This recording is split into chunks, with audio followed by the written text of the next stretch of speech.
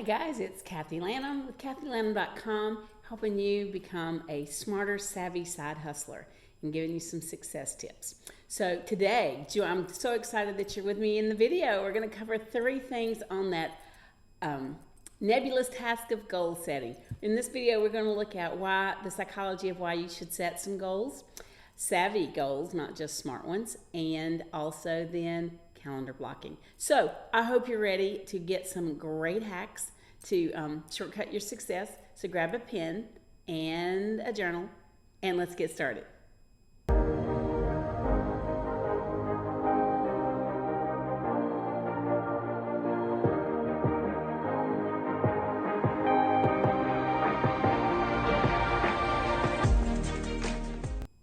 Hey guys, it's Kathy Lanham here with your shortcuts for success, helping you use and develop your God-given gifts and talents, because I think you have a unique voice and only you can bring your gifts to the world. So as we get started today, and we're looking at the psychology of setting goals, and why in the world would you set goals? So as we embark on a new year, a new decade, when I'm filming this, there's some really important basic fundamentals that we need to do in our businesses to move us forward, especially if we're doing other jobs and we're kind of trying to find time for our side hustles. This will be the single most influential factor that will help you propel and move forward. So first of all, setting goals. Why should we do that? Well, if you've been around at all, or if you're brand new, maybe you've heard of SMART goals, that when you set a goal, it needs to be specific, it needs to be measurable, it needs to be attainable, SMAR, it needs to be realistic, and then T, you have to have a timeline. Now that's true, that is a great principle. There is tons out on here on the internet. If you just want to Google that and research it, there's lots out there. But I'm going to suggest to you that you want to set goals because it does a couple of things. It helps you break habits that maybe are not good ones. It helps you to develop your character in yourself. It helps you strive to be a better version of yourself. So setting goals is not a bad thing, just like resolutions have gotten a bad rap. Basically, a resolution is a goal, but a goal is a plan with a timeline. So that's what I want to encourage you to do is let's look at some goals and some reasons. So first of all, what if in your life you love being characterized as a hot mess? Well, being a hot mess just means that you haven't planned very well. It's really a time management issue. So being a hot mess means you are living in the tyranny of the urgent. Now, I hate to break that to you so tenderly and gently, but I mean, that for years, that's what I did. We had 5 children, and the tyranny of the urgent was right where I camped because there was just somebody or something that always needed my attention. So when you plan, or there's an old adage, failure to plan is planning to fail. And so I just can't stress how true that is. And in my life, when I have failed to plan, of course, I don't always succeed. I fail. But and you'll have mixed reviews. Sometimes you'll have some success, but it's not the success you could have had you been laser focused. Another thing, to quote one of my favorite mentors, Marie Forleo, simplify to amplify. When you cut things out and you really focus, and we do our best concerted effort in one area, that is so much, they give you so much freedom. There's freedom in boundaries, there's a focus, there's a clarity, and then that helps you to achieve the goals and then make the next step forward. The other thing I want to quickly address as we are talking about setting goals and why you should do it is the multitasking myth. Particularly as creatives and particularly as women, we think we can do 3 or 4 things all at the same time and keep all our balls juggling. And while that may be true, we're not really completing anything and not doing our best. So while we may have, easy for me to say, while we may have some success and we can complete 2 tasks at the same time, are we completing both as to the best of our ability? So first of all, we need to set goals and we need to write those down. There's power in the writing down of the goals and seeing the goals. I've addressed this elsewhere when we talk about your one word. Our minds are wired to make us successful. So when we write these goals down and we're seeing them every day in front of us as our password, then our mind wants to help us to achieve that. And so it's always present, and that's holding ourselves accountable. So when we set goals, then what do we do with them? So I want to suggest that you do a savvy goal. Since we're savvy side hustlers, and I want to help you with your success in that. So instead of just making it a SMART goal, make your goals savvy goals, and that's an acronym. So the first S there is for set it. So we've already just talked about that, but realize that you do need to set some goals. You do need to write them down. They do need to be where you can see them. And here's where I get derailed. And you need to revisit them and see what you've written down. Give yourself some anchors and some markers. How are you getting to where you want to be? When you say, I want to be happier, I want to have more money, well, that's just too big.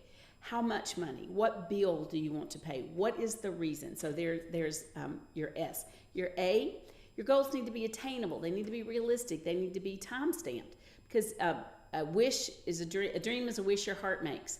And the difference between a dream and a goal is that time stamp, that accountability factor where you want to achieve it by thus and such date. Realistic and reasonable. So don't set yourself up for failure. Set yourself up for some success. Then V, it has to have value. It has to connect with you emotionally. And in the network marketing world or the direct sale world, we call that your why.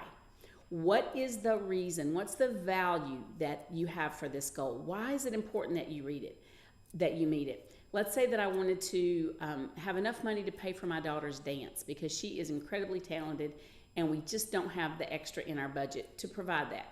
So it's now a very important thing for me to be able to see her succeed. And I know I have to pay that each month. So that, and it's I'm passionate about that and I want to see that happen. So that gives me an emotional tie to that. The second V then that we have is your vision. And this is going to be, that's going to tie in with your big emotional why. This is your big bodacious dream. So this is taking your goal just a little bit bigger and it's making, what is that big dream? What's your vision?